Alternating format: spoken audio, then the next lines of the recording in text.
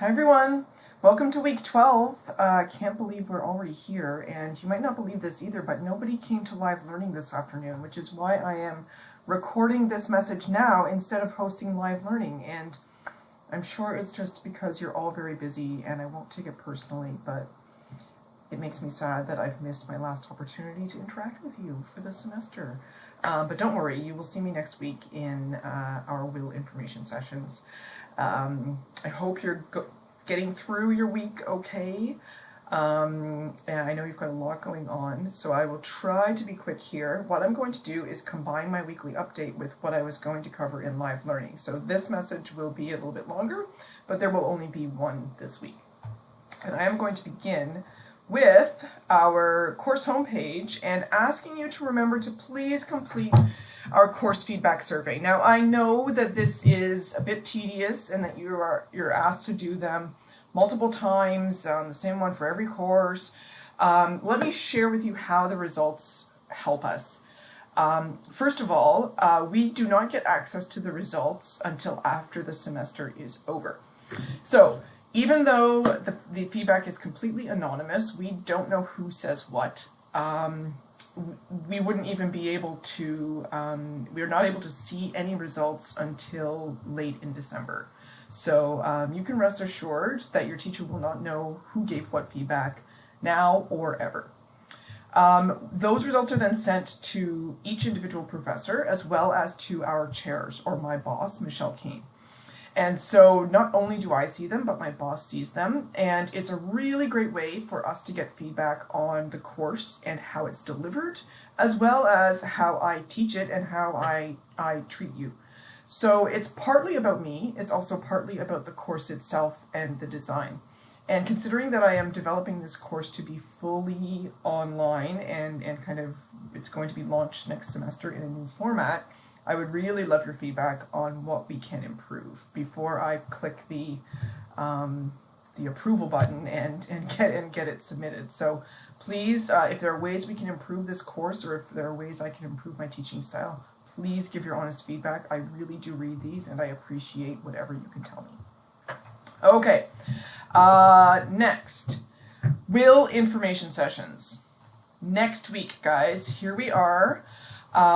Now, we hosted a WIL information session in week 7, and as you hopefully saw when Sarika and I have been emailing you about completing the Google form, we've changed our approach a little bit.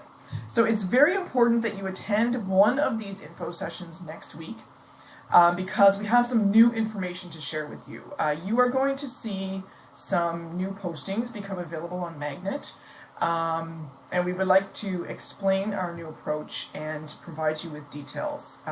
So please attend next week. You have 4 different times to choose from, including one evening time and one on Saturday morning. So in case your week is, well, I know your week will be crazy, but in case you don't have time to attend during the week, you can attend on Saturday morning. And this will earn you 2% of your final grade in this class, but more importantly, it will answer all the questions you have about WIL. Okay, I'm not going to have time to respond to individual emails. Please attend next week and get all your answers. Okay, what else?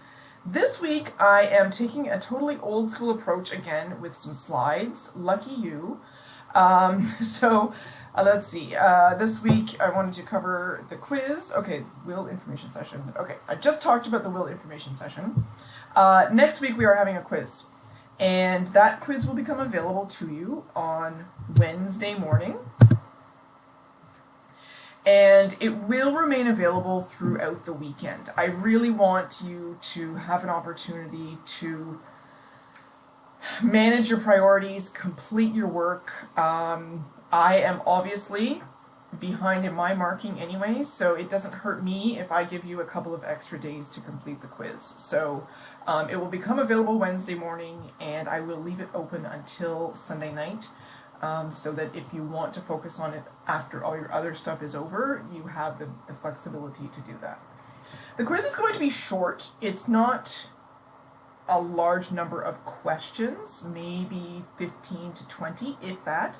But each question will be worth several marks, and they will mostly be written response type questions and answers. So, for example, I'm going to show you a picture of a resume with a bunch of errors in it, and you're going to have to identify a number of the errors. I'm going to ask you to write me a few different types of interview questions. For example, write 3 types of behavioral interview questions, or 3 types of situational interview questions.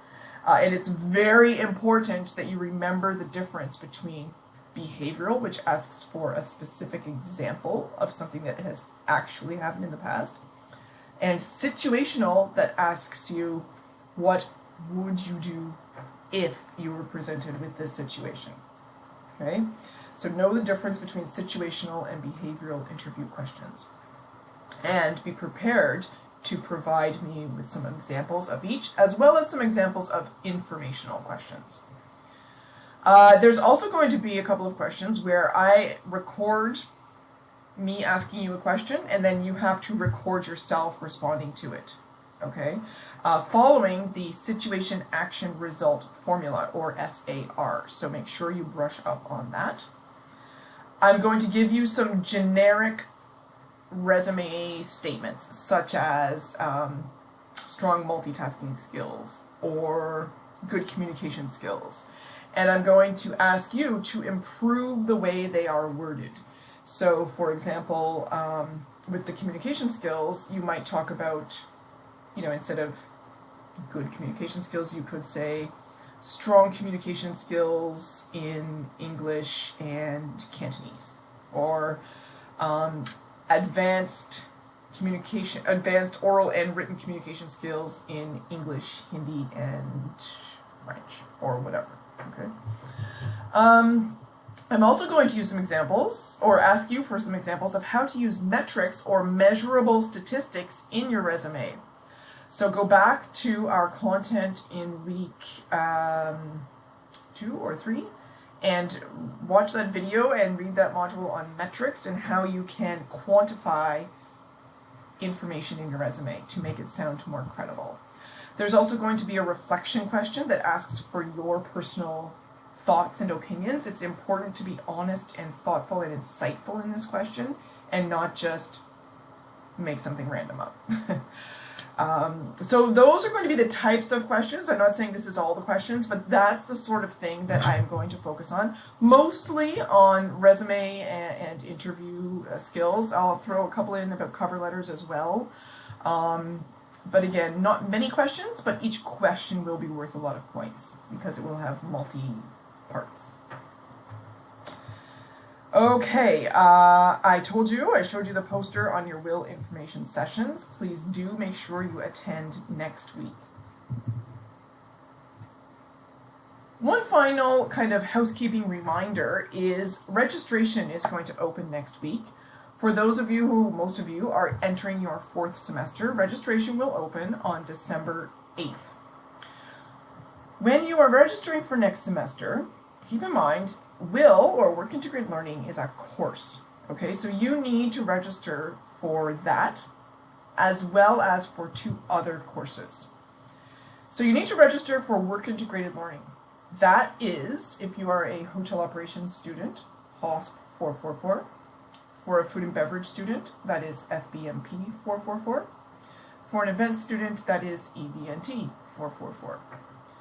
You also, all students must register for a course called Career and Leadership Development. That is HOSP 400. That is taken by all WIL students at the same time as they are completing their WIL. If for some reason you were to drop out of your WIL or not take your WIL, you cannot take HOSP 400. They need to be taken together at the same time. And then you need to register for a Gen Ed. If you have already taken Gen Ed 500, then you don't need to take it again, obviously, and you can register for any Gen Ed, but you can't graduate without taking Gen Ed 500. So if you haven't taken it yet, make sure that that Gen Ed that you register for is Gen Ed 500.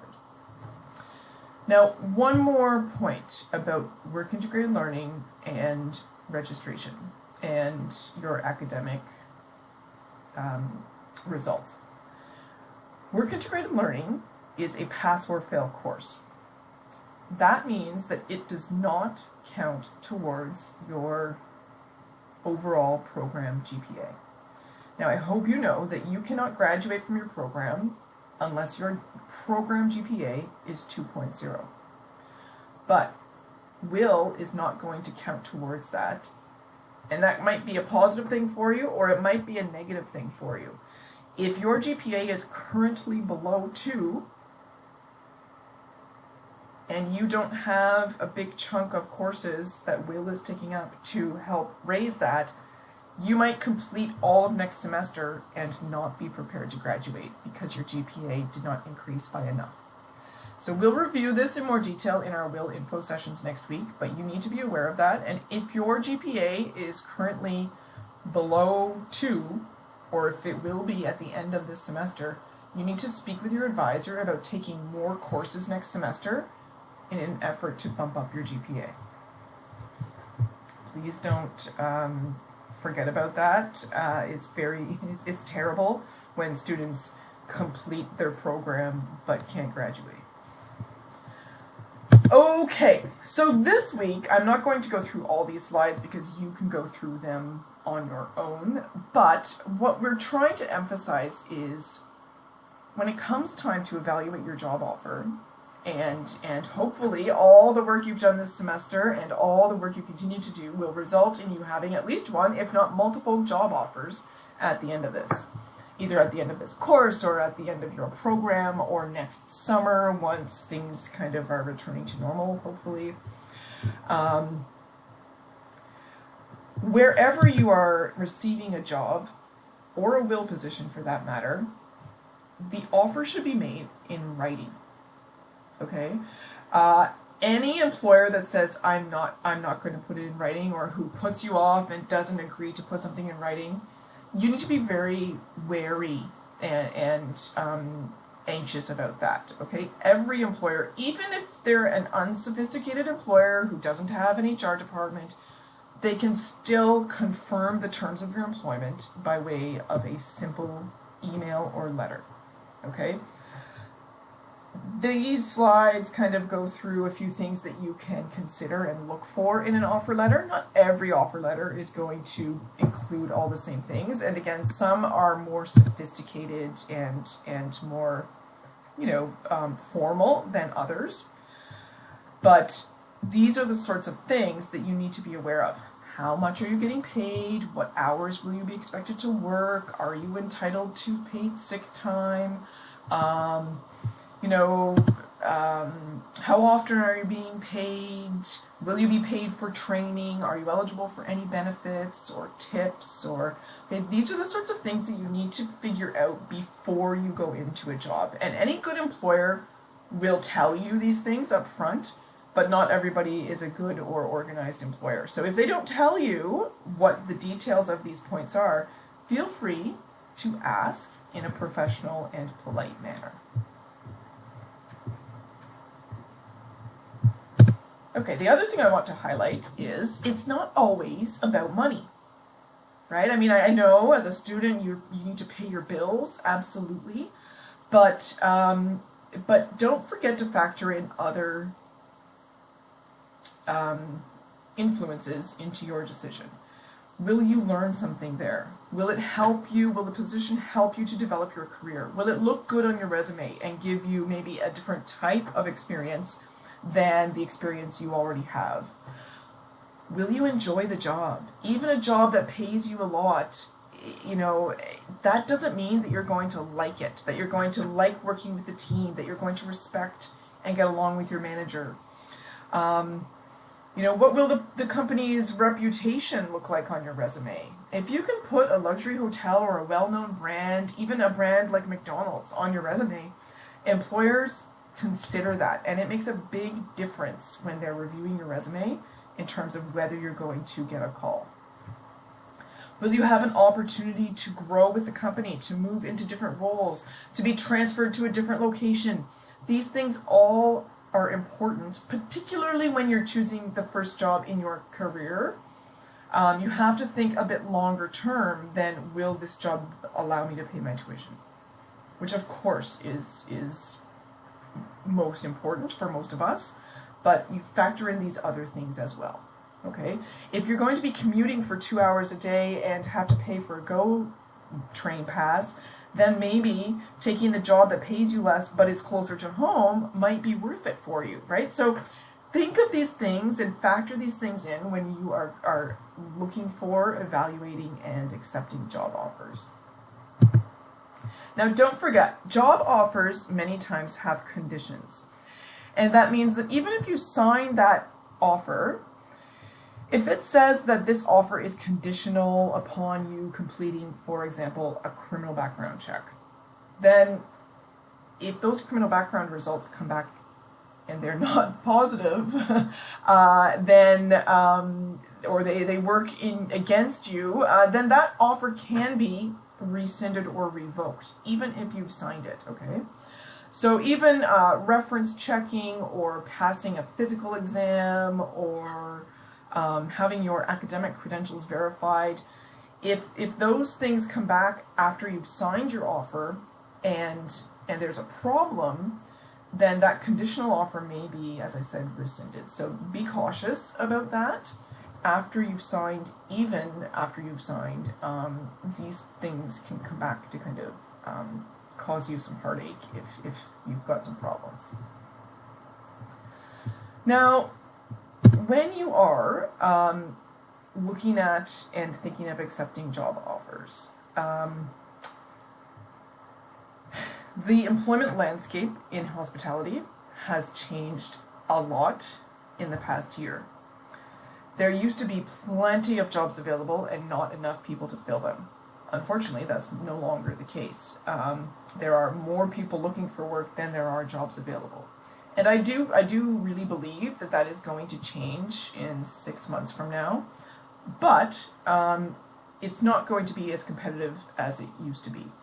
So you don't want to delay a job decision for too long. Now, having said that, if somebody asks you for an immediate response, I wouldn't feel good about that either, okay? Any good employer will give you a day or two at least to consider the offer. If you're still interviewing and you have one more interview, the important thing is that you are upfront and honest with the employer and that you don't give them the runaround, okay? Don't accept a job immediately only to turn around and renege or reverse your decision. That really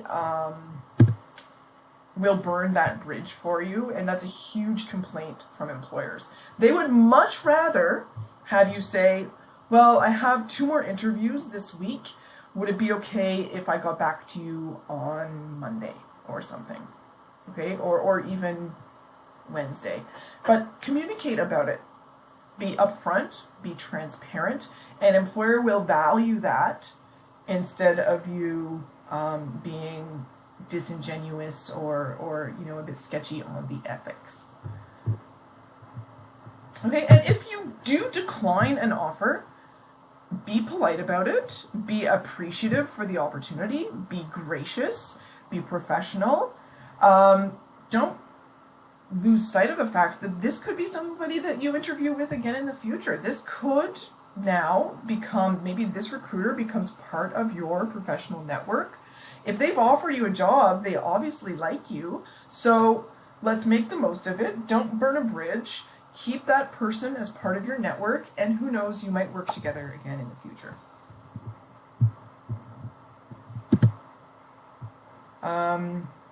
And lastly, we've talked about getting it in writing.